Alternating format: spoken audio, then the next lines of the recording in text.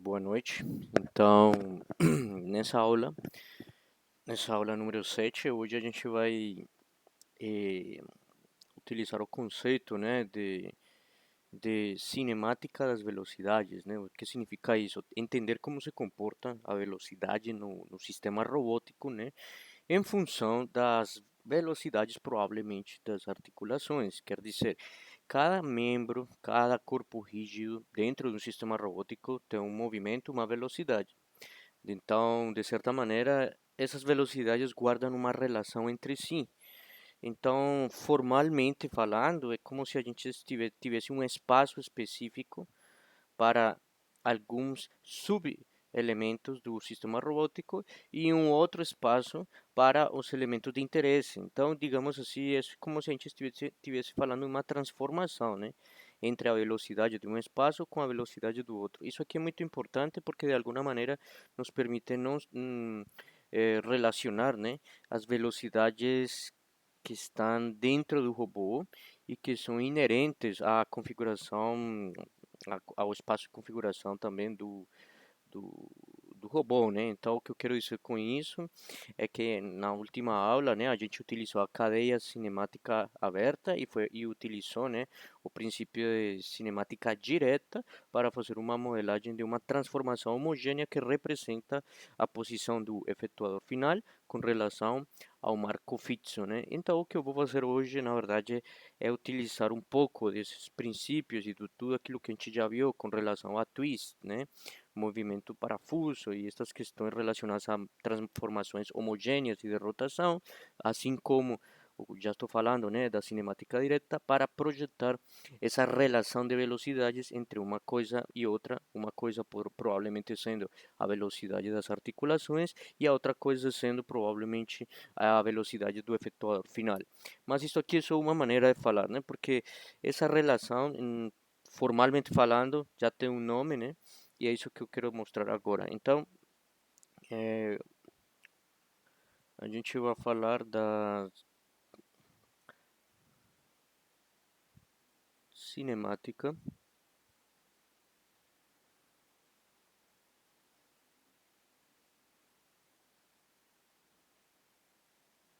das velocidades, né? Certo? E para isso, nada melhor do que lembrar, né, que o efetuador final ele pode ser representado por um, digamos, um efeito, um comportamento twist, né? Um comportamento onde você tem velocidade angular e linear, né? E sabemos que isso pode ser representado ainda, né, em termos de um scrub, né, um vetor parafuso que por sua vez se multiplica com uma velocidade angular e isso de alguma maneira termina dando o twist, né? Isso a gente viu já nas aulas anteriores e até o momento isso já está claro. Então o que a gente vai fazer agora é simplesmente representar aquela configuração do efetuador final em termos de um outro, digamos assim, de uma outra, em termos de uma transformação das velocidades, né, de cada articulação. E para isso, então, vejamos, vamos assumir, né, que o problema, né, assumindo que o problema de cinemática direta, né, problema de cinemática direta está formulado,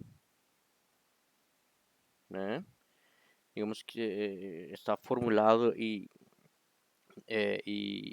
resolvido, né? Então, nesse caso, a gente pode dizer que existe uma posição, certo? Para o efetuador final que pode ser representado por x, né? Então seja, vamos colocar aqui nesse caso x, né? Eh, seja x, né? Que pertence, né, por sinal, a, nesse caso, um tal Rm, sendo m, né, sendo m,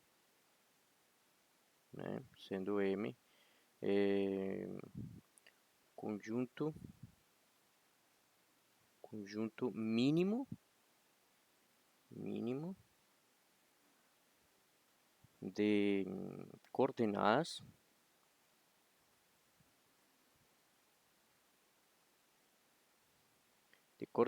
necesarias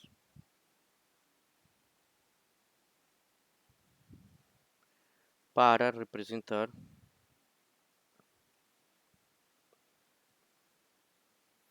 a configuração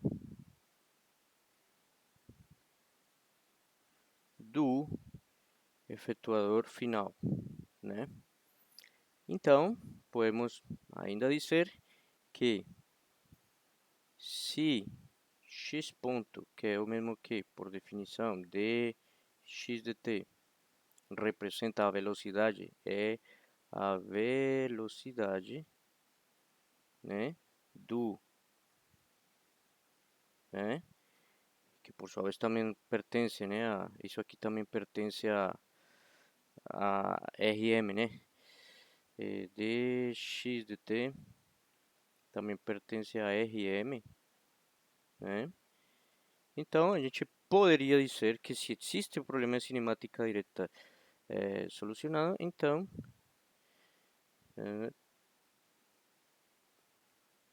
uhum, então x, né, que por sua vez vai depender do tempo, vai ser igual a uma função que na verdade deve ser um campo vetorial de θ dt, certo? Sendo θ pertence a Rn, sendo n, né? Sendo n o conjunto de variáveis que representam cada articulação, né? Nesse caso, se eu tenho n articulações, então é porque umas podem ser revolução, outras prismáticas, ou comportamentos que podem ser modelados pela junção dessas naturezas aí que acabei de falar, prismática ou articulação, ou revolução, perdão. Então, sendo n o conjunto, o número, né? O número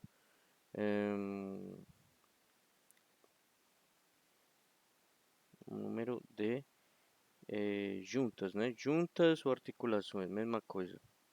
Pronto. Então, pela regra da cadeia, olha aqui, pela regra da cadeia, pela regra da cadeia, temos que x ponto dt, que já está definido no espaço Rm, vai ser igual a f, certo? De θ derivada de θ dt, vezes a derivada interna que é θ ponto dt. É isso mesmo que escrever de outra maneira com outra notação, né?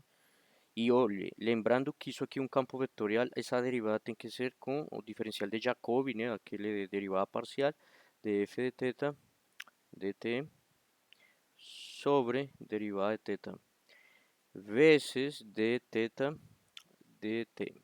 Pronto. Certo. Isso por enquanto está claro, né? Isto aqui, não sei por que ele bota isto, se não quero um parênteses só aqui, ó. Pronto. Então, isso aqui de alguma maneira passa, isso aqui a gente conhece como, né, essa parte aqui como θ ponto, né?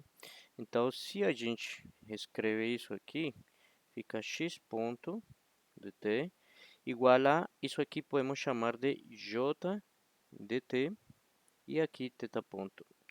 Esse j de t, por que j? Porque estamos chamando de matriz jacobiana, né? Então, se eu tenho um campo vetorial e eu faço uma derivada parcial com relação ao vetor, eu vou ter uma matriz, né? Uma matriz que vai ser de, nesse caso em particular, df de θ sobre derivada parcial de θ pertence a um conjunto de matrizes de dimensão m por n, né? Então, o jacobiano, então vou colocar aqui, sendo J,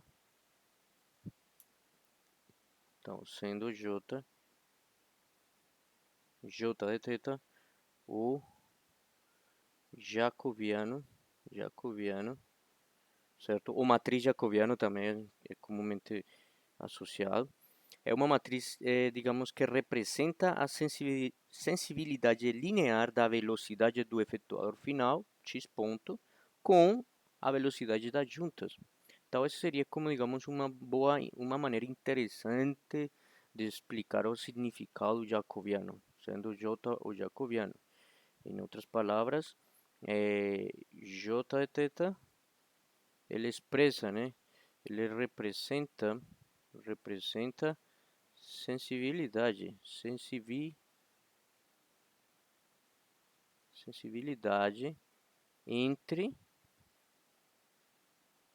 entre a velocidade do efetuador final, certo? A velocidade das juntas.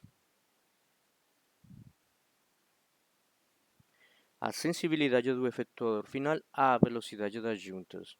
Se eu modifico um pouquinho a velocidade das juntas, eu posso aumentar exageradamente ou despreciavelmente a velocidade do efetuador final. Então, de certa maneira, isso é como se fosse uma sensibilidade, né? Para ter um exemplo melhor disso, para ter uma fixação melhor disso, eu vou utilizar um exemplo rápido, simples, onde a gente vai utilizar o famoso, né? É, vamos utilizar aquele robô de duas articulações, né? De revolução, sendo que aqui tem um ângulo que é θ2 e aqui temos um outro ângulo que é θ1, certo? Aqui é L1, comprimento disso, né? E o comprimento disso aqui até aqui é L2, né? Pronto. Pronto. O que mais? Bom, falemos que isso aqui está representado por um marco que vai ser x, é, bom, marco fixo, né? Então, xs, ys, ok? Pronto. Sobre isso aí a gente tem algumas coisas a falar, né? Em primeira instância, o que? Pois que x1, né, é igual a L1 cosseno de θ1, né? Mais L2, isso que a gente já fez, né, em alguma disciplina por aí para falar de restrições cinemáticas, né, θ1 mais θ2, né, x2, por sua vez, segue a mesma estrutura, só que com a projeção sobre o eixo vertical, então θ1 mais L2 seno de θ1 mais θ2, né, assumindo que essa posição de quem? De x, nesse caso, pues disso aqui, né, sobre o marco fixo, né, pronto. Então aqui temos x1, x2, né. Na verdade, eu vou colocar aqui então x1, deixa eu corrigir aqui, gente, eu vou colocar aqui melhor.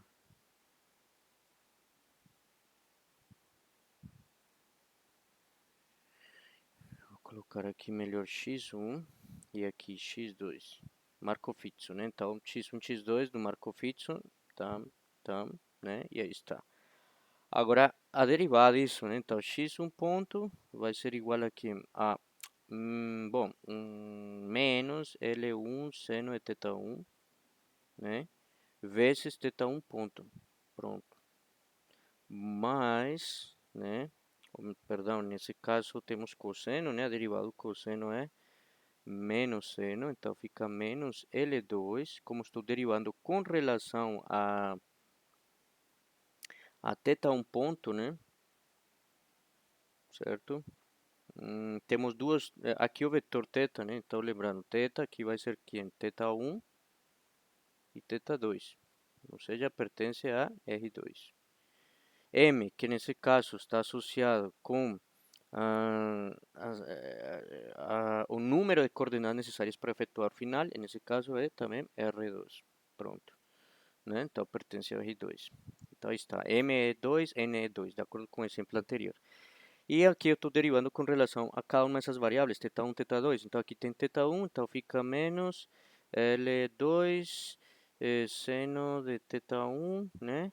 Vezes θ1 ponto, certo? Menos L2 seno de θ2, θ2 ponto, certo?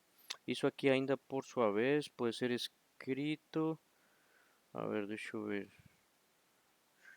Opa, não, não, não, não, erro. Estou cometendo um erro gravíssimo aqui. Eu vou só apagar isso aqui que eu fiz.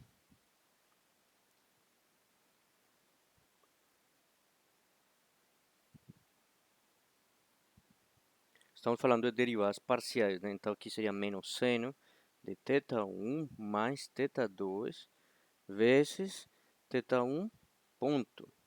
Depois derivamos de novo com relação a quem? A, só que agora com θ2. Então fica menos L2 seno de θ1 mais θ2 vezes θ2 ponto. Agora sim, né? E aí isso pode ser escrito como menos L2 θ1 ponto mais θ2 ponto seno de θ1 mais θ2. Só essa expressão aí, pronto. E a segunda, x2 ponto igual a, nesse caso daria L1 cosseno de θ1 vezes θ1 ponto, né? No outro vai dar mais L2. Bom, a estrutura é parecida, só que agora vai ser cosseno, então vai ficar mais L2, θ1 ponto, θ2 ponto, mais θ2 ponto igual ao anterior, só que agora em vez de seno é cosseno, né? Então é cosseno de θ1 mais θ2. Pronto. Temos duas equações aí. O que a gente consegue ver aqui é que pode ser reexpressado de que maneira? x1, x2, certo? Então aqui poderíamos ter tranquilamente um vetor x1 ponto e x2 ponto, né? Isso vai ser igual, por sua vez, se a gente dividir em termos de θ1, θ2, então aqui seria, aqui está multiplicando por θ1, aqui por θ1, mas θ1 está aqui, então isso seria basicamente menos L1 seno de θ1 e menos L2 seno de θ1 mais θ2. Esse seria o primeiro termo. O segundo tem a ver com θ2 ponto, o componente 1, 2, o que fica aqui. Aqui é o componente 1, 1, né? Então, o 1, 2 seria o que? Tem a ver com θ2 ponto. Nesse caso, somente entra menos L2 seno de θ1 mais θ2. E aí está. E embaixo seria a mesma coisa, só que com cosseno. θ1 mais L2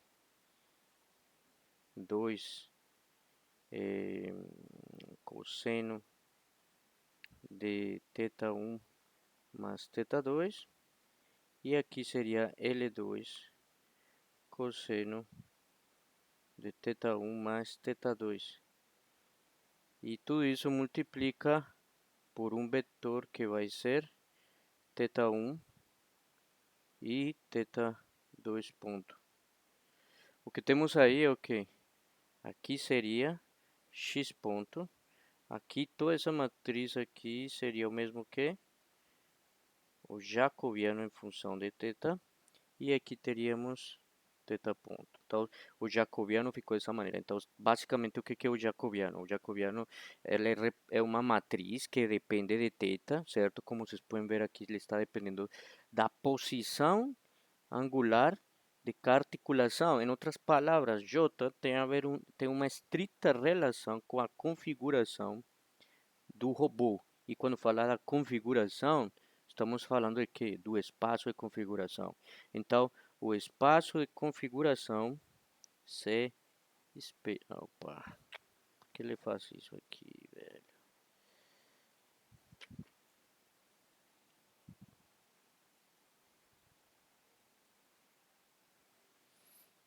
Ele está o espaço de configuração, que já chamamos aqui de CSpace, ele define, certo? Ele define a sensibilidade de isso aqui. Então, o espaço de configuração define isso. Por quê? Porque θ. Θ depende dos ângulos, de que ângulos ou posições prismáticas das articulações do robô. Logo, isso define, em outras palavras, o espaço de configuração e que, por sua vez, a sua dimensão, os graus de liberdade. Então, isto, de alguma maneira, o jacobiano tem informação sobre tudo isso, né? Tem informação bem interligada, né? De todas essas coisas. Então, por esse motivo, a gente vai já logo generalizando. Então, podríamos dizer que x ponto representa, digamos assim, a velocidade. Então, bom, definindo x ponto de t, né, como sendo a velocidade do efetuador final. Então, vamos colocar bf, né, é, é, velocidade do efetuador final. Aí, com isso, então, chegamos à conclusão de que, se a gente quiser expressar esse jacobiano de outra maneira, teríamos que a velocidade do efetuador final é igual a um jacobiano que pode ser dividido em uma coluna, né? J, vamos colocar aqui 1 de θ, certo? Vezes θ 1 ponto, porque todos os que estão nessa coluna aqui são multiplicados por θ 1 ponto, os outros por θ 2 pontos, então eu vou separar dessa maneira, né? Aqui J2 de θ vezes θ2 ponto. Nesse sentido, o que está dizendo isso? J1 e J2 de alguma maneira, bom, isso é uma combinação linear, certo? A velocidade é igual a uma combinação linear, certo? É uma combinação linear por quê? Porque θ1 ponto, θ2 pontos, primeiro são articulações diferentes. A gente sabe que se duas articulações giram em torno de um mesmo eixo, elas são eixos que se cruzam, de alguma maneira a gente não tem como estabelecer uma distância entre elas, né? Então a gente não pode dizer que elas são articulações diferentes. Outra coisa é quando você tem um eixo paralelo ao outro, mas estão no mesmo marco, então você poderia dizer que também não tem nenhuma distância entre elas, né? Então, ou simplesmente que é redundante. Mas aqui, o que significa isso então? Significa que θ1 ponto e θ2 ponto, elas são articulações distintas, certo? E logo J1 e J2 não podem ser paralelos. São vetores, mas eles não são paralelos.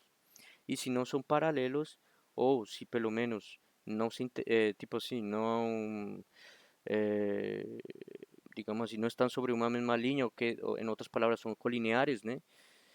Ser colinear significa ser paralelo, mas de alguma maneira, nesse sentido, estamos dizendo que estão sobre a mesma linha, né? Então, não, na verdade, o que eu quero dizer é que não são colineares, né? Colineares quer dizer que não estão sobre a mesma linha. Então, não são colineares, certo?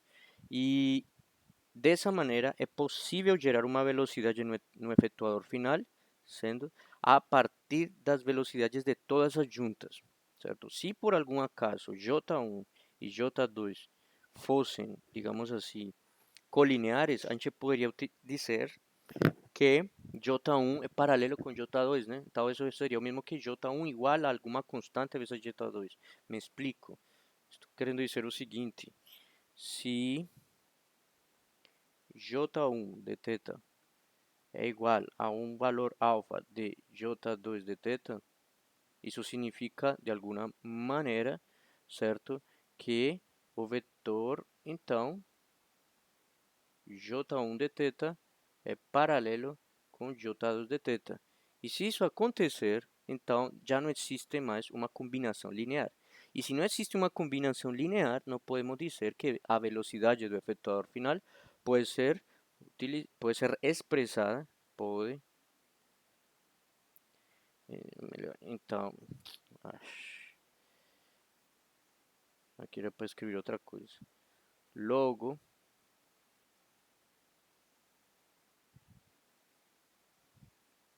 logo, BF, tipo, é igual a, nesse caso, J1 de θ, θ1 ponto, mais alfa J1, certo? De θ, θ2 ponto, né? O que por sua vez seria a mesma coisa, né? Que colocar 1 mais alfa, né? J1 de θ, certo? É,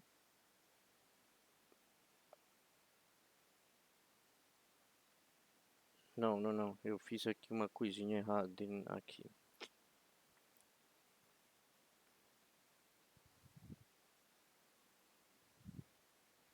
Estaríamos dizendo que aqui é J1, uma matriz, perdão, J1 e alfa J1, né? É isso mesmo. Isso aqui vai ter o vetor θ ponto, certo? E, por sua vez, isso aqui seria, né? J1 de θ vezes uma matriz que é 1 e alfa, né? Só que alfa bom, e aqui é θ ponto. E nesse caso que estamos dizendo que isso aqui na verdade não é J1, né? Aqui seria simplesmente, a ver como diríamos aqui, a matriz identidade, né? Uma matriz identidade, certo? E aqui alfa. Bom, e aqui teríamos alfa aí, certo? Para que quando multiplique, certo? Mas aí vai ter um pequeno detalhe. J1, certo? Ele, do jeito que está aí, está indicando que essa matriz aqui, primeiro, ela é uma matriz singular. Singular. É uma matriz singular, não tem inversa. Seu determinante é zero. Então, como não tem inversa, não tem como calcular θ ponto ou ou θ ponto em função de VF. Ou seja que a velocidade das juntas não pode ser calculada com a velocidade que a gente deseja no efetuador final. Simplesmente isso. Então, de alguma maneira, isso já primeiramente chamamos de singularidade, né? Singularidade, né? Então, desse jeito, a gente tem o que aí? Uma matriz que é singular, né? Consequentemente, BF não pode ser, consequentemente, consequentemente, θ ponto não pode ser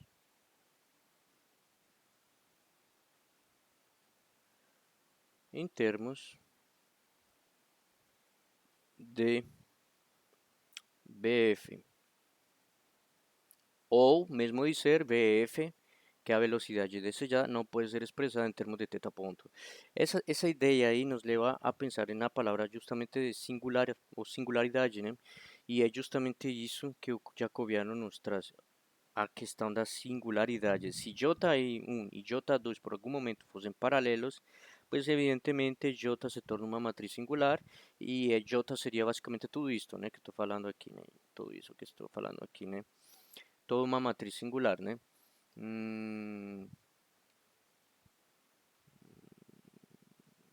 É isso mesmo. Na verdade aqui eu vou colocar eh, eu vou colocar isto de outra maneira porque ainda assim não me encaixou essa estrutura aqui. Eu vou colocar assim, gente. Eu vou colocar assim, melhor. porque ficou incompatível desde o ponto de vista de dimensões, mas a ideia é essa mesma. Só que eu vou escrever diferente, porque ficou com uma impressão muito estranha. Aqui na verdade seria I, e aqui seria alfa I, e aqui fora, multiplicando pela direita, J1 θ. Aí sim, toda essa matriz é o jacobiano, né? E esse jacobiano ficou como uma matriz singular, né? Certo? É, é isso mesmo, né? Ficou como uma matriz singular porque, bom, existem vários critérios para dizer que essa matriz é singular. Uma, que o determinante, né, de o jacobiano, né, é igual a zero. Outra é que ela não pode ser escrita como uma matriz quadrada. Outra, que tem linhas com zeros. Posto, um posto diferente de, nesse caso, lembremos muito bem que nesse caso o posto tem que ser sempre igual ao número de colunas e teoricamente a gente falando, a gente definiu que J pertence a uma matriz de M por N. Então, em outras palavras, o posto tem que ser igual a N, certo? Ou seja, a N nesse caso vai ser diferente de N. Em outras palavras, o posto do jacobiano, né, é diferente de N, sendo N o número de juntas. Outra coisa que é equivalente a falar que ele é singular, pues opa, que J de 1 a menos 1, certo? Nesse caso, não existe, certo? A inversa, né? Porque é singular. Então, dessa maneira, a gente já começa a ver que não pode existir isso. Mas, essas singularidades são caracterizadas justamente na situação onde aquele efetuador final é incapaz de gerar velocidades para atingir alguma posição. Então, o robô, quando tem uma singularidade no jacobiano, está dizendo, em outras palavras, que o seu efetuador final não consegue atingir velocidades nessa direção, certo? Na direção que você colocou o efetuador final. Tipo, você coloca o efetuador final, você calcula as velocidades, certo? Mas isso te dá uma singularidade, ou seja, uma singularidade pode ser um sistema cujas soluções podem ser é, sobreconsistente, ou seja, te dá mais soluções do que as incógnitas que você tem. Isso também pode ser uma explicação. Então, pode ter uma inconsistência em matemática. Essas inconsistências matemáticas nos levam a pensar que você está em um problema que não, pues obviamente por ser sobreconsistente, tipo assim, ele não tem estrutura coerente, né? Então, nesse caso, a velocidade que você definiu simplesmente não é atingível, certo? Pelo efetuador final. Então, basicamente, isso se chama singularidade, né? E está tudo, digamos assim, atrelado ao próprio jacobiano, né? Então, pronto. Então, vejamos aqui. Eh, outro exemplo, certo? Mas vamos falar agora de uma relação de transformação, né? Porque como eu comecei falando na aula, eu disse assim, o jacobiano é como se fosse uma relação de transformação entre o espaço, nesse caso da velocidade das articulações e a velocidade do efetuador final, né? Então essa relação entre θ ponto e VF nos leva a pensar em uma, sei lá, em uma transformação.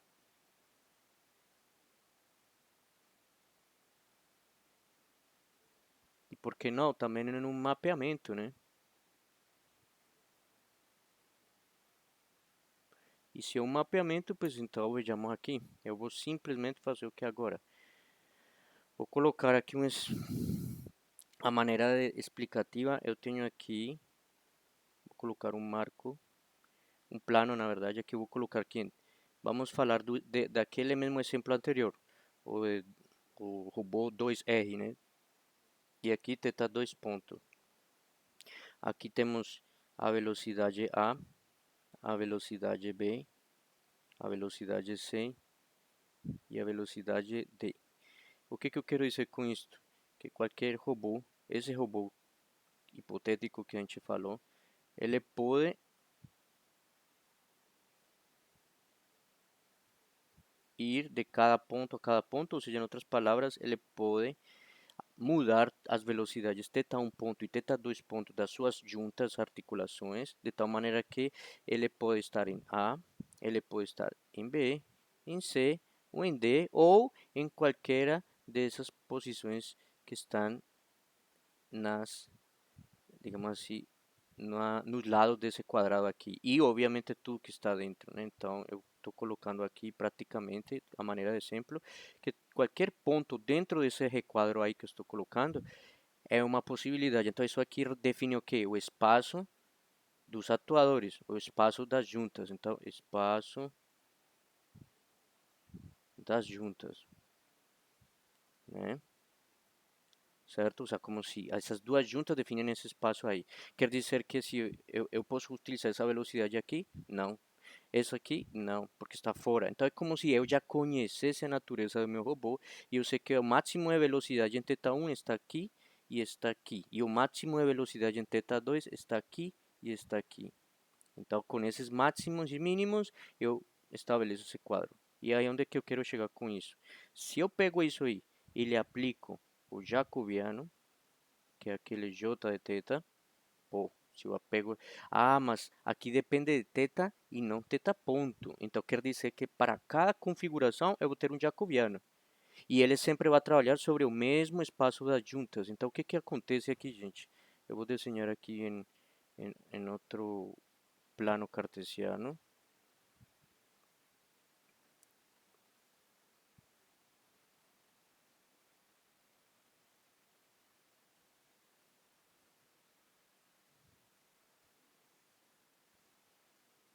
Aqui eu tenho que o efetuador final, né? x1 ponto, x2 ponto. E o que que eu quero com o jacobiano? Representar isso. Então, aí está. Basicamente o que ele vai fazer aqui, né, do jeito que a gente acaba de falar, é, ele vai se encarregar de transformar esse espaço em um outro espaço aqui, só que ele vai conservar os mesmos pontos. Então, o máximo de velocidade que eu tenho aqui em A provavelmente fique por aqui, certo? O máximo de velocidade que eu tenho em D vai ficar por aqui, certo? O máximo de velocidade em B, por exemplo, pode que fique por aqui, né? E o máximo de velocidade em C pode que fique por aqui. B, C. Então é como se fosse uma coisa assim. Isso aqui é hipotético, né? Então vamos supor que ele conseguiu simplesmente conservar as mesmas, digamos assim, os mesmos vértices, certo? Só que agora ele vai conectar, nossa, ele vai conectar, não,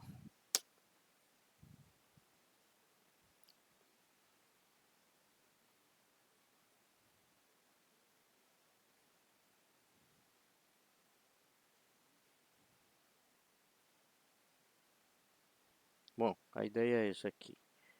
Ele vai conectar isso com isso aqui. Então quer dizer que aqueles pontos lá vão representar agora posições aqui nesse plano que representam o quê? Uma velocidade possível dentro do efetuador final. Essas velocidades aqui significam o quê? Momentos em que você pode estar falando de uma singularidade. Ou seja, enquanto você não esteja dentro desse quadro aqui, você tem uma singularidade. Ah, mas isso aqui somente para θ, para um θ definido, né? Para θ, para θ definido dentro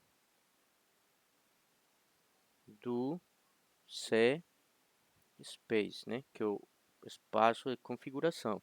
Então, para cada θ definido, você vai ter um j de θ e ele, consequentemente, vai fazer uma transformação para isso aqui, né?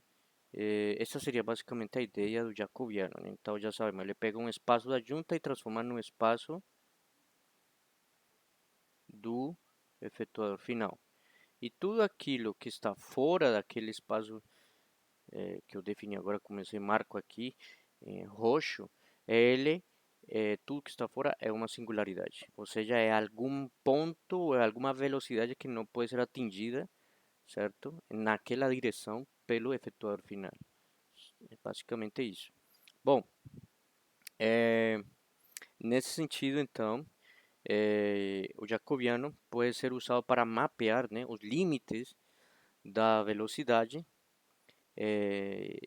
das velocidades, né, nesse caso, rotacionais, né, das juntas, nesse caso porque são de revolução, para os limites da velocidade do efetuador final, né?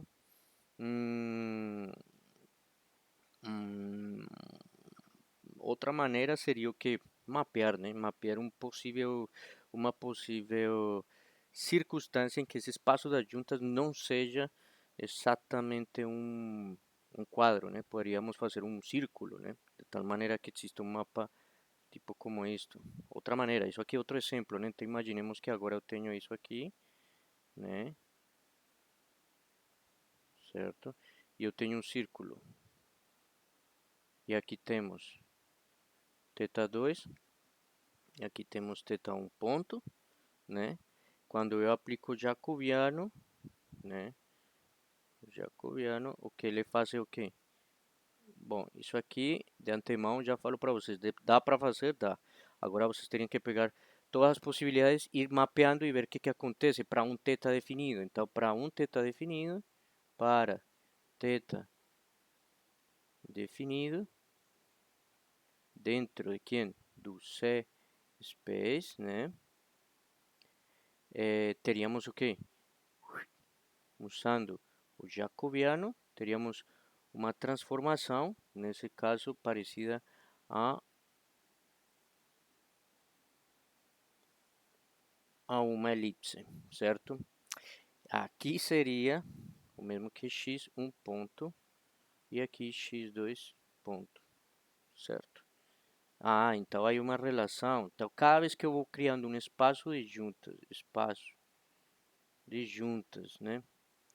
Diferente, eu vou tendo uma relação também diferente com o espaço do efetuador final. Basicamente isso.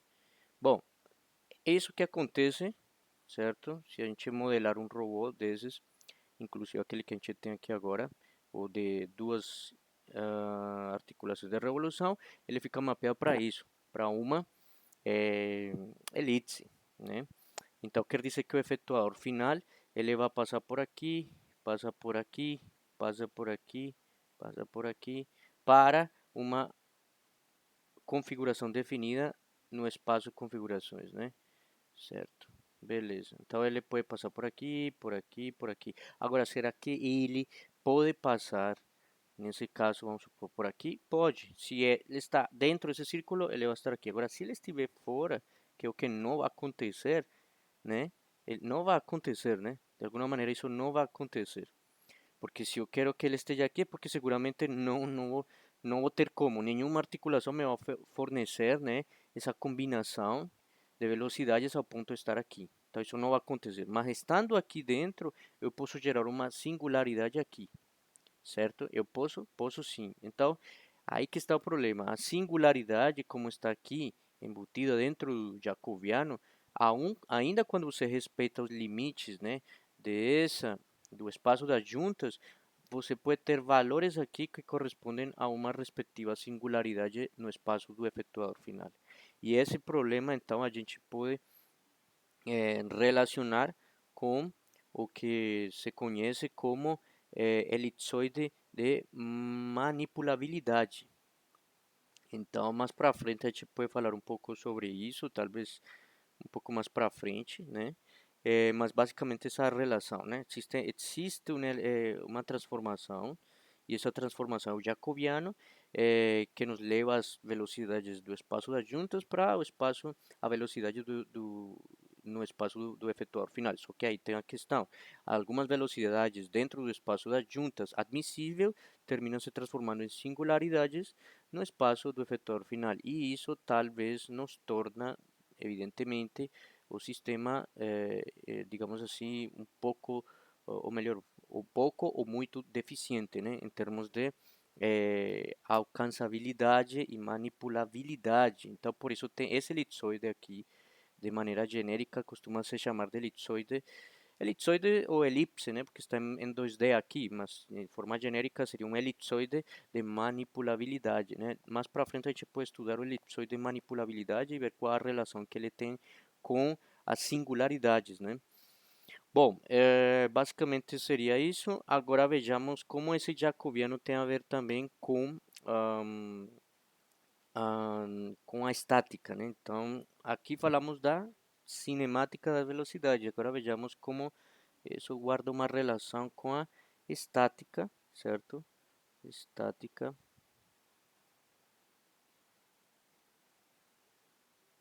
estática, certo? Do, estática, geralmente a gente fala em cinemática, fala de cinemática, fala de estática quando se fala de mecânica, né? Então aqui estamos falando de estática agora só por uma questão. Estática, estudamos corpo em equilíbrio, certo? Ou em equilíbrio não, em estado estático, né? Em repouso, né? Que não possui movimento. E para eu garantir isso, pues necessariamente, ou muitas vezes, né, eu termino falando de forças, né? Então, quando se fala de forças, vamos pensar no caso em que eu tenho, vou colocar aqui o desenho explicativo, imagine que eu tenho aqui um, uma cadeia cinemática aberta,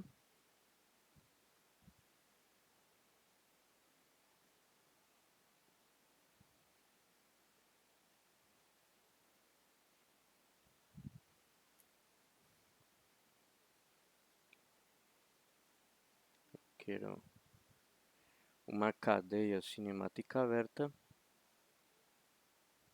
certo? De um único link, certo? Se eu aplico uma força aqui, então aqui tem um ângulo, né? Vamos supor, um ângulo θ. Se eu aplico uma força aqui, certo? O meu objetivo disso pode ser que ele desça, ele pode subir ou pode descer, né? Tanto faz como eu aplique isso e qual seja o ângulo φ com que perdão, o ângulo φ com que eu aplique a força. Isso é fato. Mas imaginemos que eu aplico essa força, que é uma força externa, ao robô, ao efetuador final. Aí, qual seria o torque necessário para resistir a essa força? E esse torque está onde? Aqui. Então, mais uma vez, força aplicada no efetuador final versus torque que está onde? Nas articulações. Então, o problema é quase, já pelo que estamos observando, guarda uma relação entre alguma coisa nos atuadores, nesse caso nas juntas, com alguma coisa no efetuador final. Essa analogia que acabei de fazer, porque se parece com a do Jacobiano, a de cinemática das velocidades, pues é também como se fosse a estática, mas dessa vez falando das forças, né? Então, para responder a isso, nada melhor do que utilizar o argumento que pela lei da conservação de energia se mantém, que é a potência ou a energia, né? Usar o argumento da conservação da potência ou da energia, né? Então, assumindo, né, eh, que a energia necessária para movimentar o robô é desprezível, né? A potência medida no efetuador final deve ser igual à potência gerada pelas juntas, né? Repito, então, a potência, e querendo ou não, de uma maneira muito singela, só para me referir à energia, né? A potência do efetuador final, certo? Nesse caso, a potência, vamos dizer assim, a potência efetuador final, a potência medida, né? A potência medida no efetuador final, né? Ela deve ser igual, certo? Deve ser igual à potência gerada nas juntas ou articulações. E aqui também o conceito de energia, né? Como são iguais, então, e olhe bem, eu vou ser ainda mais enfático aqui. Aqui é torque e aqui é força. Força externa.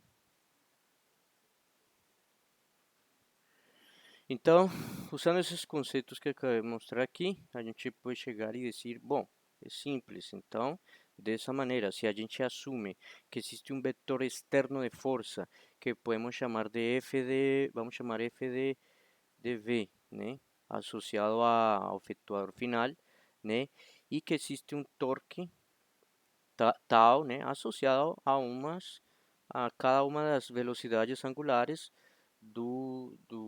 das articulações. Então, assumindo, né, assumindo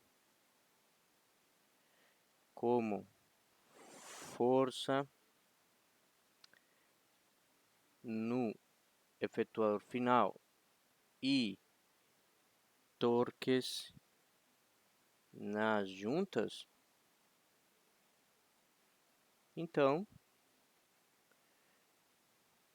podemos dizer, pelo conceito de potência, de energia, né, que a força em V, né, vezes a velocidade no efetuador final é igual ao torque vezes a velocidade em cada junta. Ah, mas veja bem, o que seria essa força então, em outras palavras? Essa seria a força, é uma força nesse caso no plano, né? Porque ainda continuo com aquele exemplo, né? Em R2, né? Então isso aqui é um vetor e VDF também é um vetor. Para eu poder multiplicar isso, eu vou colocar, ou eu faço produto ponto, olha bem, como são dois vetores, né? São dois vetores, né? Então eu posso fazer produto ponto aqui e produto ponto aqui também. Ou f de v transposto com v de f igual a tal transposto com θ ponto. Mesma coisa, certo? Só para a gente conseguir igualar o efeito numérico do produto ponto. E com isso aí, pois a gente vai ter o quê? Então, visto que o VF é igual ao jacobiano de θ vezes θ ponto, então, né, teríamos f de v transposto jacobiano de θ ponto, igual a tal transposto θ ponto. Isso aqui, então, nos leva a concluir, concluindo que,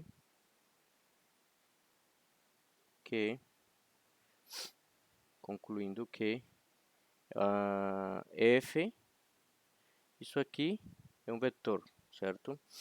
Θ ponto e aqui θ ponto. De alguma maneira não precisamos mais desse vetor, podemos já logo resgatar daí rapidamente que isso aqui, ó, é igual a isso aqui. Ou seja, que mais uma vez temos na jogada, né, o jacobiano aqui, ó, certo? Essa é a relação, né?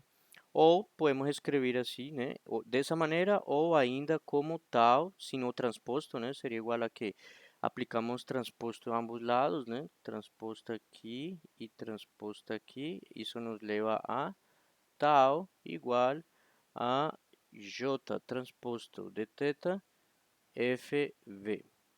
Ou seja que j normal é a relação entre θ ponto e efetuador final, enquanto que j transposto vai ser a relação entre a velocidade do efetuador, a força do efetuador final e o torque necessário nas juntas. Com isso aí temos uma relação e mais uma vez, assim como o jacobiano representa um mapeamento entre o plano dos espaços das juntas e a velocidade no espaço do efetuador final, pois aqui também teríamos o mesmo, só que agora é J transposto, né? Que teria uma relação contrária. Só que aí também, ainda assim, com essa equação, assim, podemos concluir isso, ou simplesmente que f de v, né, é igual a j transposto inverso, né? Ou seja, algo se escreve assim, né? vezes t. Dessa maneira a gente tem como comparar melhor, né? Por quê? Porque lá temos uma relação que vai nesse sentido, nessa direção. O que eu quero dizer é o seguinte: é isso, né? Então a gente tem o plano, tem aqui o círculo que define a θ1, θ2, ponto, ponto. Tem o jacobiano para um θ que pertence ao espaço de para um θ que pertence ao espaço de configurações e chegamos a provavelmente um elipsoide. Pronto, beleza. Só que agora a mesma coisa vai acontecer agora, só que já no com j de θ, jacobiano de θ, não? Agora vai ter a mesma coisa, certo? Por exemplo, aqui teríamos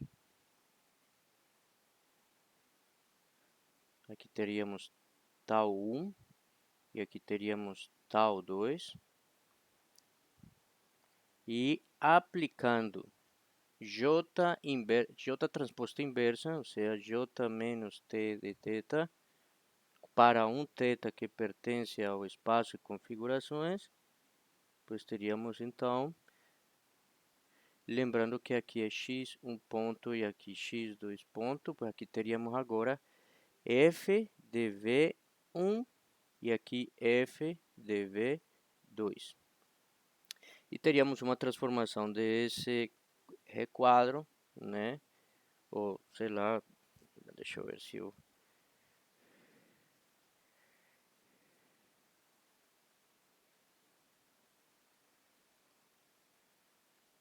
Sempre os requadros eles são transformados em. Continua sendo um quadrilátero, só que agora com uma estrutura um pouco mais parecida.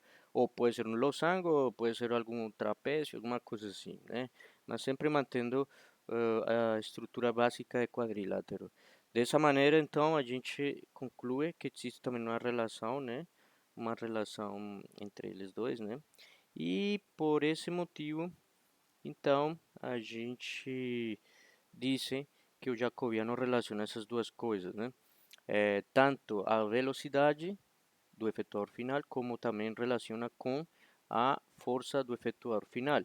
Assim como temos singularidades também, temos singularidades, né?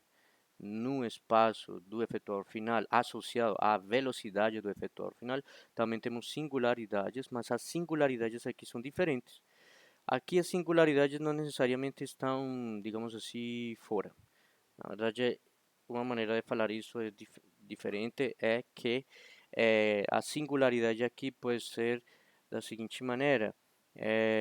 Como aqui vocês estão observando, temos um j de θ, mas esse j de θ depende de uma transposta dele e além disso é negativo, ou seja, deve existir a inversa. Se não existe a inversa da transposta, então simplesmente não tem força no efetuador final. Não existe consistentemente uma solução para esse problema e então terminamos assumindo que o elipsoide pode ser manipulável, porque não tem singularidades no espaço das juntas e no espaço, perdão, no espaço do efetuador final, mas pode ter uma singularidade no espaço da força do efetuador final. Isso nos leva então a dizer que deve existir também um elipsoide ou uma estrutura parecida ao elipsoide de manipulabilidade, só que aqui se chama elipsoide de força, simplesmente. E esse elipsoide de força nos leva justamente a pensar nessa possibilidade de que se eu tenho aqui, por exemplo, vamos supor, eu tenho aqui, eu vou trocar o, o quadrado por um círculo, eu aqui vou ter o que que eu vou ter? Eu vou ter dois possíveis comportamentos, né? Por quê? Porque geralmente, a ver, eu acho que podemos dizer o seguinte: a transposta de GDT, nesse caso, bom, nesse caso em particular do robô que estamos trabalhando, que é de duas, articulações de revolução, ela é 4x4. Então a transposta continua sendo 4x4 e a inversa é 4x4. Beleza, mas se por algum acaso alguma dessas colunas fosse múltiplo da outra, ou seja, é paralela, então é colinear, então com certeza não tem inversa e tal. Mas nesse caso a transposta dele vai ter, se ela é uma coluna só, então a transposta vai ser uma linha, certo?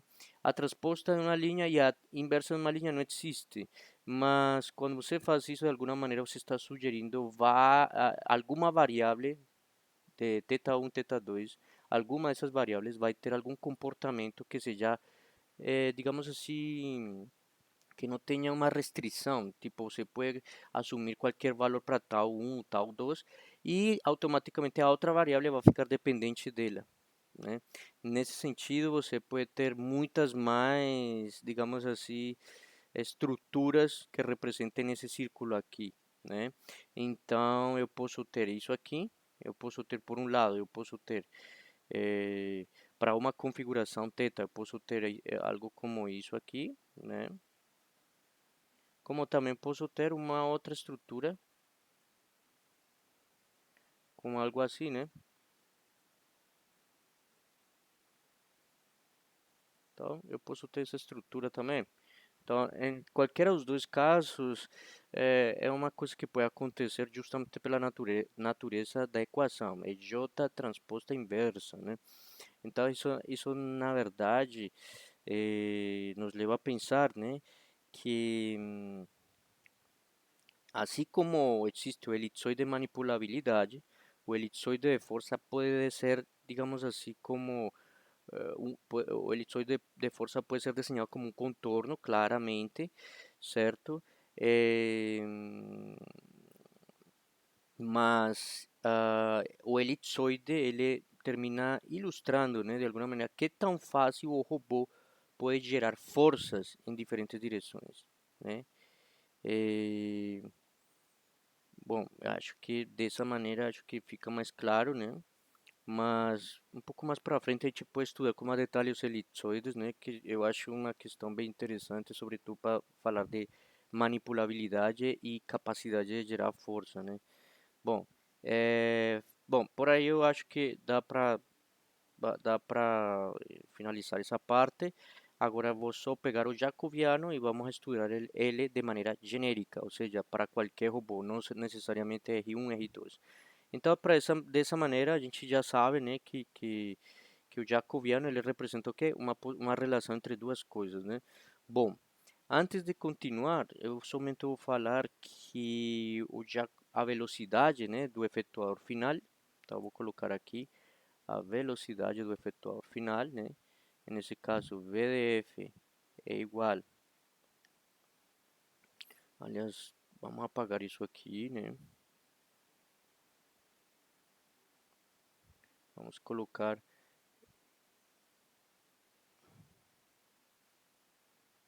jacobiano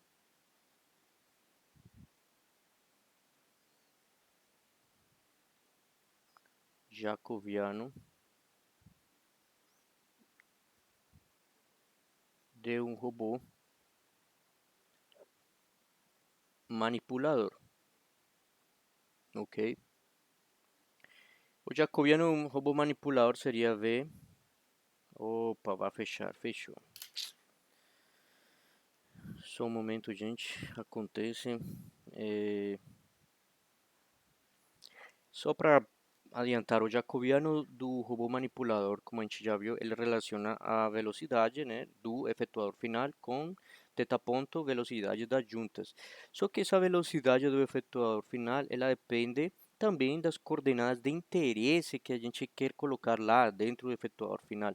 Por exemplo, a gente sempre fala das posições cartesianas, como a gente falou nesse exemplo aí básico de duas articulações de revolução e a posição final sendo lá planar, né, demarcada por duas coordenadas.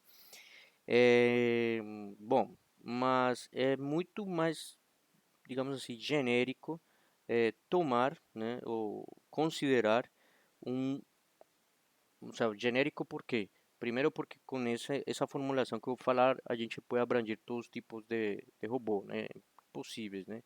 Então, quando a gente fala, né, de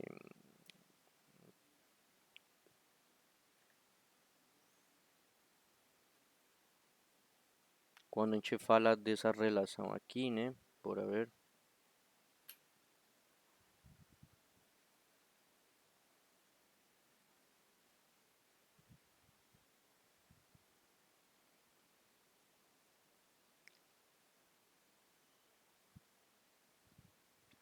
ó, o jacobiano é um robô manipulador, quando a gente fala da velocidade em termos de duas coordenadas, pois é muito mais genérico falar, ao invés de velocidade somente, né, poderíamos escrever aqui de novo, manipulador, pronto.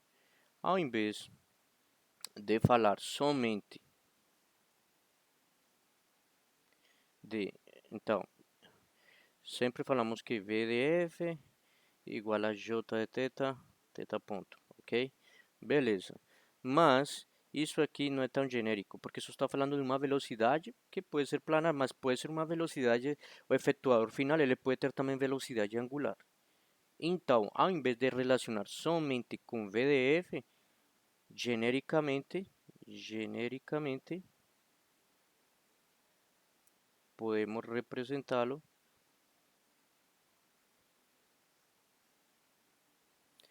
vamos colocar aqui podemos representar como é, twist, né?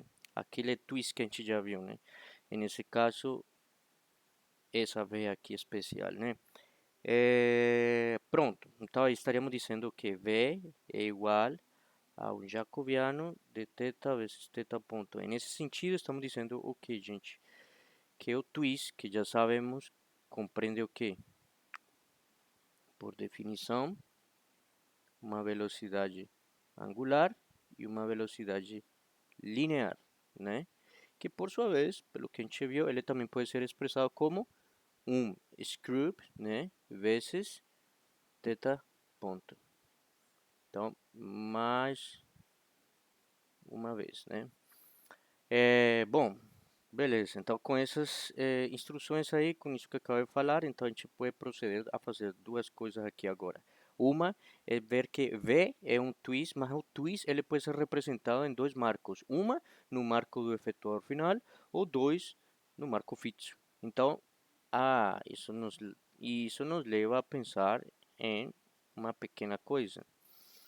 O jacobiano que a gente vai considerar aqui pode ter duas naturezas, pode ser expressado de duas maneiras, né? Então, se temos VDS, então VDS igual a JS de θ, θ ponto, ou, ou se temos V de V, então V de V é igual a jacobiano de B de θ, θ ponto. Dessa maneira, temos dois jacobianos. Um que vai ser o jacobiano no espaço. No espaço por quê? Porque está relacionado ao marco fixo, né?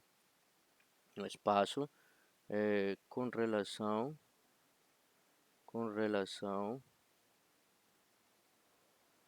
ao marco fixo zero, enquanto que esse aqui vai ser o jacobiano no, digamos assim, no corpo. No corpo, que na verdade é um corpo rígido, que por sua vez geralmente está associado ao último link, né? Ao efetuador final. Então, em relação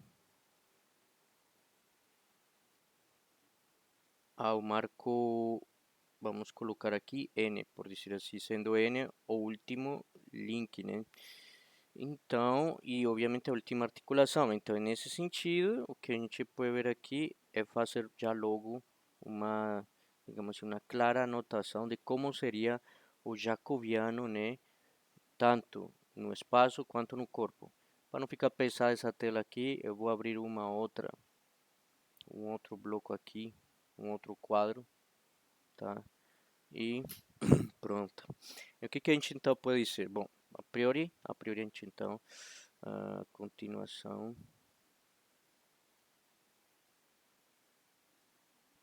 então a gente sabe que VDS é igual a G de teta, teta ponto, certo? Isso por um lado. Então, o que a gente pode fazer agora é representar VDS, né? Ver como, bom, a gente já deve ter visto, já viu inclusive por aí que VDS ele é igual a t ponto t a menos 1, né? Então, lembrando que VDS é igual a VDS em forma skew simétrica, né? T ponto é igual a t ponto t a menos 1. Então, como t de t é uma função que é uma transformação homogênea, né? Que depende de θ1 até θn, né? Então, ela é igual a quem? A e elevada a S1, que é o script, né? E estamos utilizando aqui cinemática direta, só que no espaço, no marco fixo. Então, estou usando script, né? Não estou usando B. Lembrem que temos dois tipos de script, um referenciado a, ao marco fixo e outro ao marco local ou do corpo rígido em questão, o efetuador final, né? Então, aqui teríamos θ1 e, bom, e depois E elevado a S2 θ2 e por aí vai até chegar a E elevado a Sn θn vezes m, que é a posição de home, certo?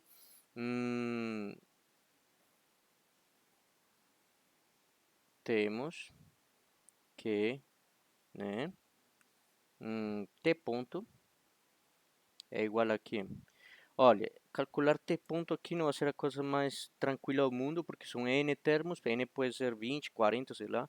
Então a gente tem que generalizar isso aqui que a gente vai falar, né? Então só sabemos que pela regra do produto para derivadas, e são derivadas parciais, né?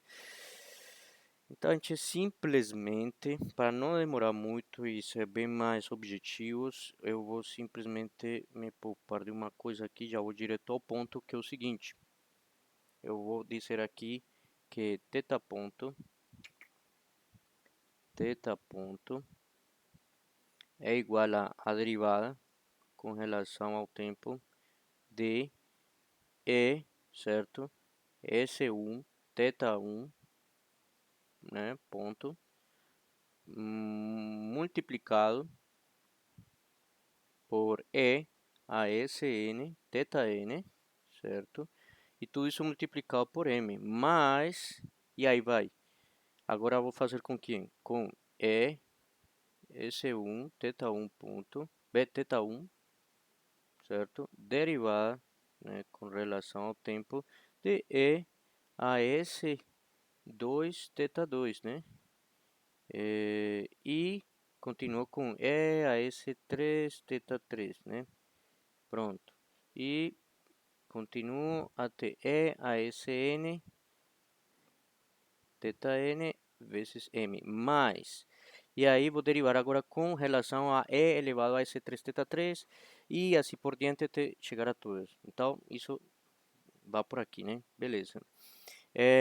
Então, analicemos cada uma dessas derivadas. A expressão que a gente vai ter é o quê? É S1, né? S1 θ1 ponto, né? Porque lembremos que S1, enquanto, pelo que a gente já viu, S1 ele é um vetor fixo, né?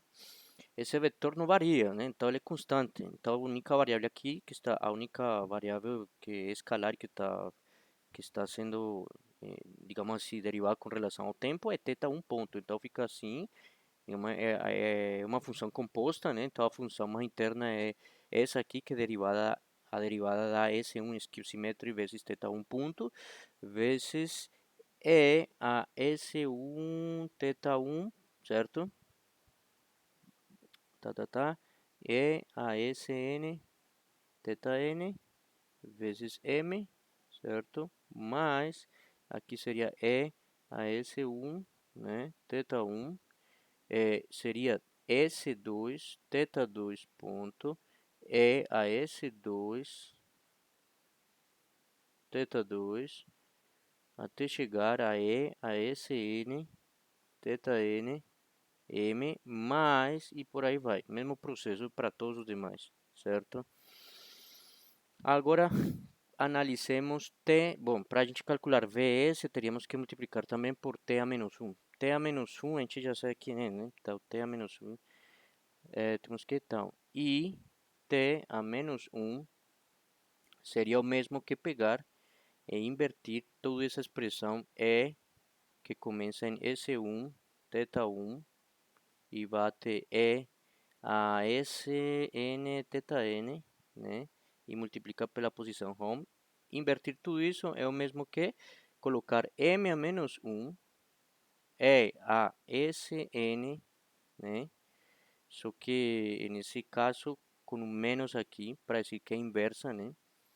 Θn. Essa notação é muito comum quando se trabalha com matrizes, né? Então, já dá para entender que está elevado a esse valor e esse menos não é menos de colocar para baixo, né, de recíproco, é de inversa, mas de inversa é matrizes, né? Então não é tão, bueno, não é tão trivial quanto parece em termos de operação, né, numericamente, né? Aqui tem que se fazer algo, né? Bom, aqui isso até chegar a esse 1 θ1, né? Pronto. E assim por diante, né? Então, bom, e aí temos T menos 1. Então agora multiplicando, né? Então vamos multiplicar isso por isso aqui. Mas agora, antes de multiplicar, percebam, cada termo desses aqui, né, ele vai ser multiplicado por quem? Por isso aqui. Porque temos que calcular quem? T ponto vezes T a menos 1. A multiplicação disso certamente vai dar que? Então, vamos lá. Eh, sendo assim,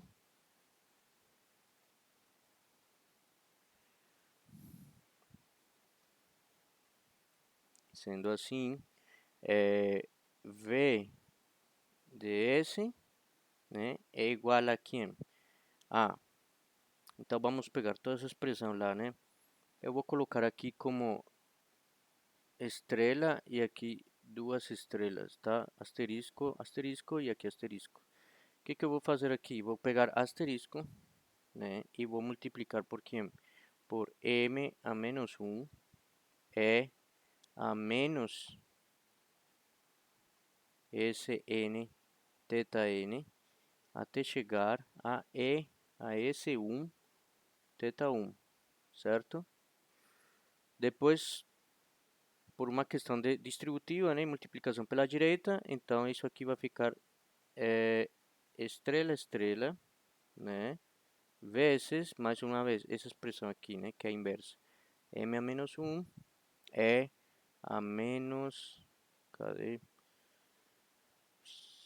Bloqueou aqui, gente. Espera um momento, pronto. Menos Sn θn até chegar a E a S1 θ1. Pronto.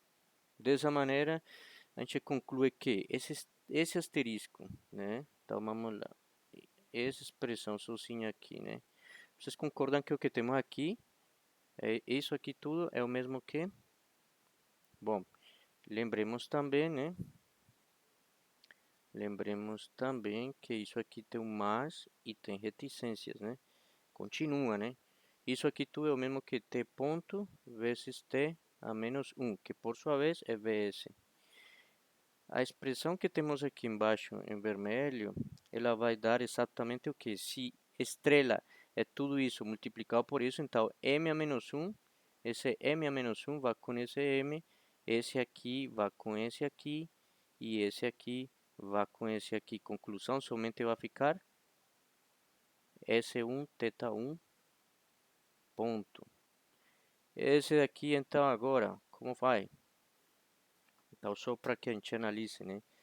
M a menos 1, né? Nesse caso, M a menos 1 vai ir com esse M aqui, isso aqui vai com isso, certo? Quando chegue a esse,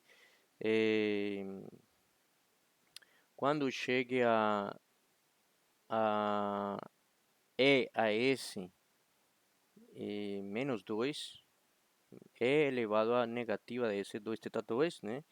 Ele vai se encontrar com o que anula, certo? Ele vai anular isso aqui com um termo que vai estar por aqui, que é E a menos S2 θ 2, né? Vai anular e vai ficar somente E elevado a S1 θ 1, S2 por θ 2 ponto, elevado a... Ah, não, e pronto, só isso, né? Só isso.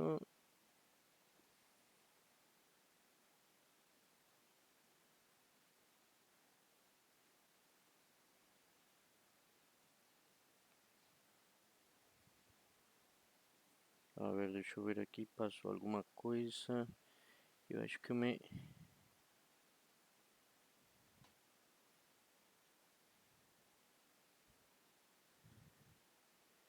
A ver.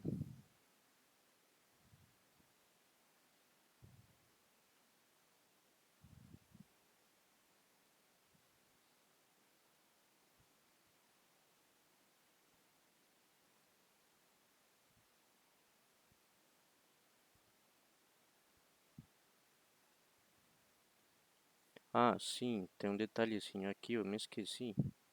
Aqui é menos. Então, ele vai com isso e, por sua vez, multiplica por esse lado, fica... Esse aqui não vai com ninguém, né? Certo? Então, vai ficar E a menos S 1 θ 1. Não sei se vocês perceberam, né? Então, esse aqui, vou repetir. Então, esse aqui vai com esse aqui, certo? Vai ficar θ 2 ponto. Isso aqui não tem como ir com nenhum termo aqui. E isso aqui ele não consegue alcançar, então ele vai parar por aqui. Então vai ficar esse termo, vai ficar do lado desse θ 2 ponto, que é justamente isso aqui, né?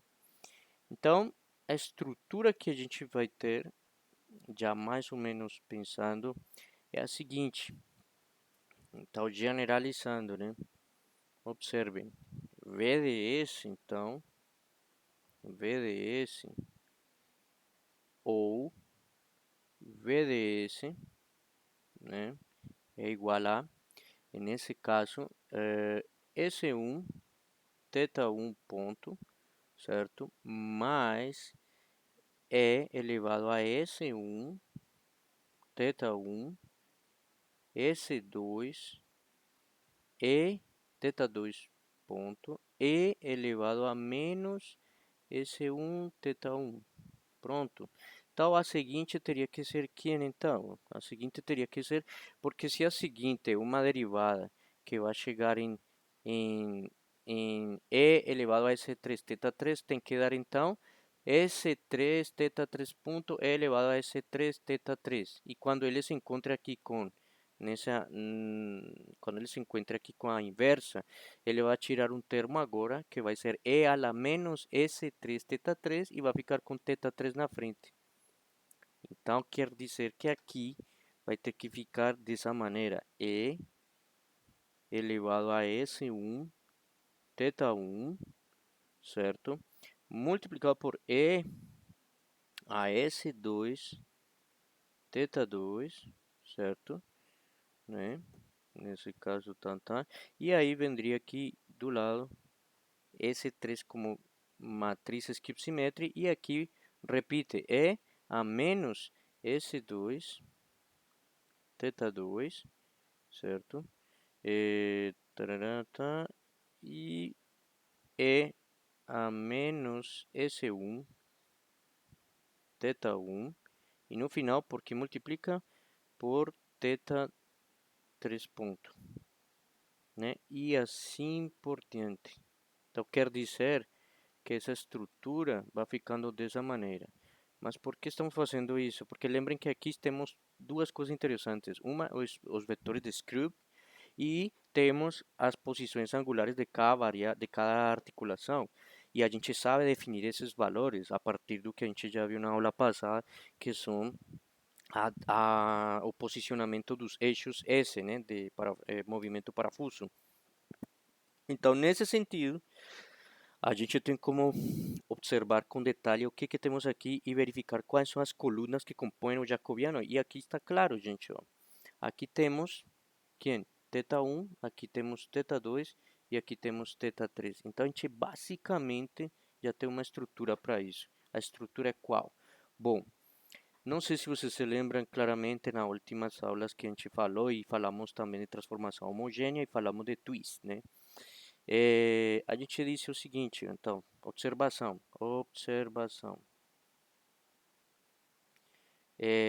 VDS é o mesmo que T ponto vezes T a menos 1. Ou, perdão, I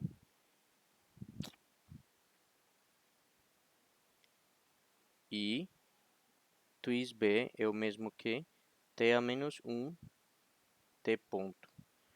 Então, né, a gente sabe, né, substituindo aqui, aliás, daqui a gente sabe que, vamos lá, daqui a gente sabe que, a ver, vamos ver uma expressão aqui rápida. Daqui a gente sabe que tem,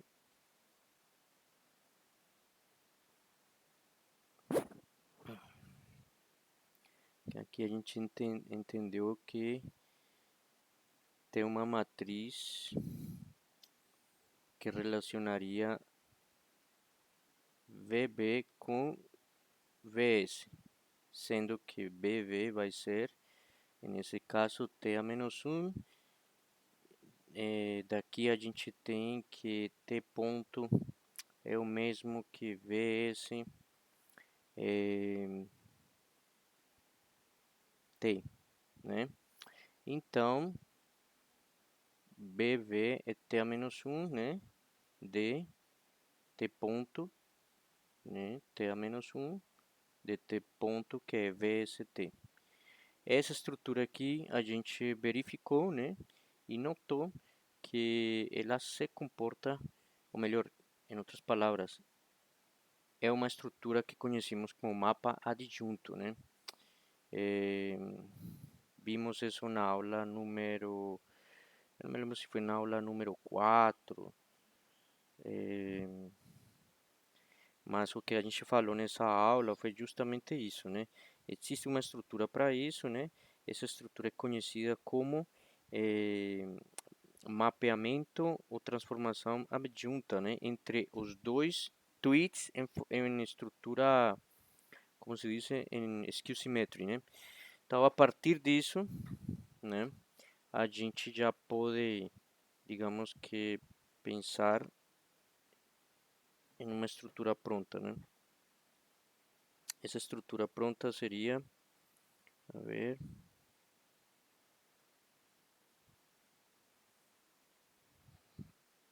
isso aqui seria como VB é igual a adjunta, matriz adjunta da transformação homogênea T de VDS. Pronto.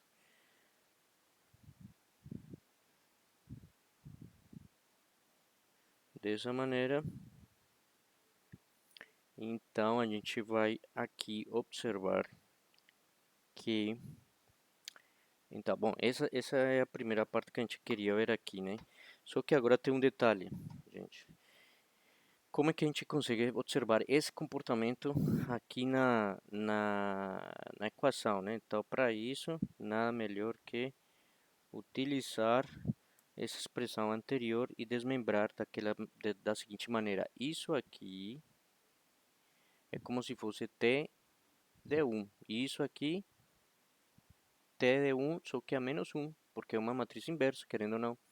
E sabemos que E elevado a S de θ1 ou S de θ é o mesmo que uma transformação homogênea, só que em coordenadas exponenciais. E o mesmo acontece aqui. Aqui seria T de 1, né? T de 1 menos 1.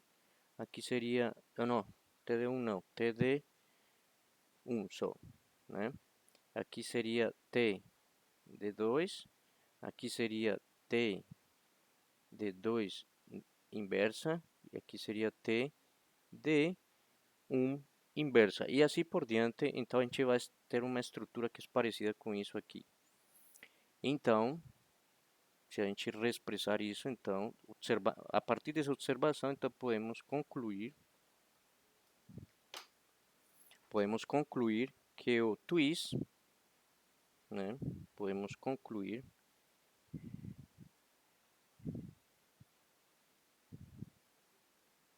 que o twist seria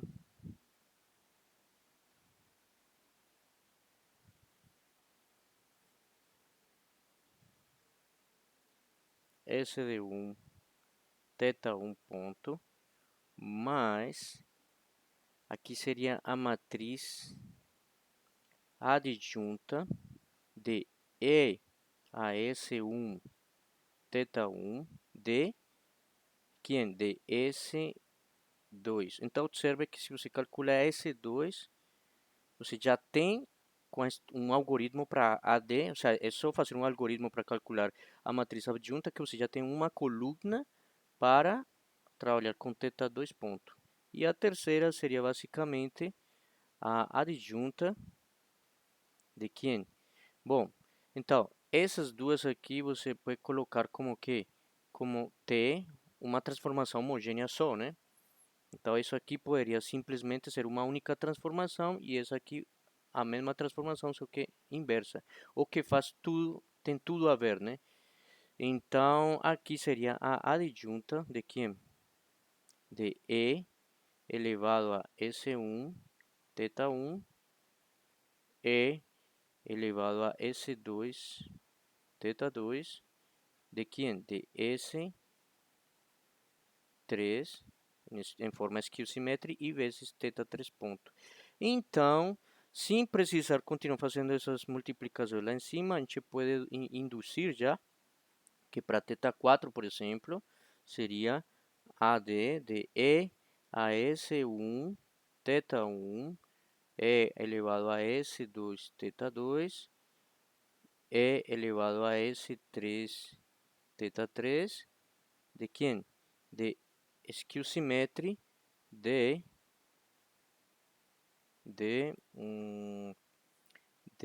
S4, né? Vezes θ4 ponto. E, consecutivamente, e a gente induzindo ainda mais, pode ser que isso vai chegar em adjunta de quem? De E a C1 θ1, várias multiplicações até chegar a E de S1 θ, não, S1 não, Sn menos 1, n menos 1, θ n menos 1, certo? Vezes de quem? De S dn θ n ponto.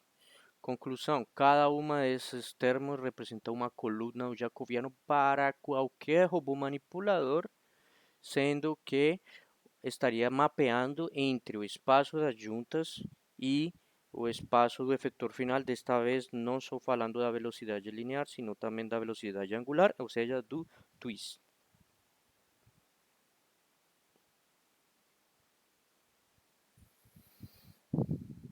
Então, dessa maneira, a gente conclui, né, que o jacobiano é essa estrutura aí. Bom, gente, por enquanto é só isso. Eu vou agora parar. Na segunda parte da aula, só vou mostrar como transformar esse jacobiano aqui na versão, não no espaço, sino também no corpo rígido, ou seja, no marco local, o marco do efetor final, do efetuador final. Teríamos duas estruturas e passaríamos a fazer um algoritmo que nos permita calcular o jacobiano de um robô, que eu vou trazer um exemplo. Vamos usar o MATLAB para fazer isso. Vamos a confeccionar um algoritmo rapidamente aqui no MATLAB que nos permita utilizar essa estrutura aqui para gerar o jacobiano, e a partir desse jacobiano, pues então a gente pode relacionar a velocidade da junta com a velocidade do efetuador final, ou seja, o twist. Então, por enquanto só isso, já já eu volto.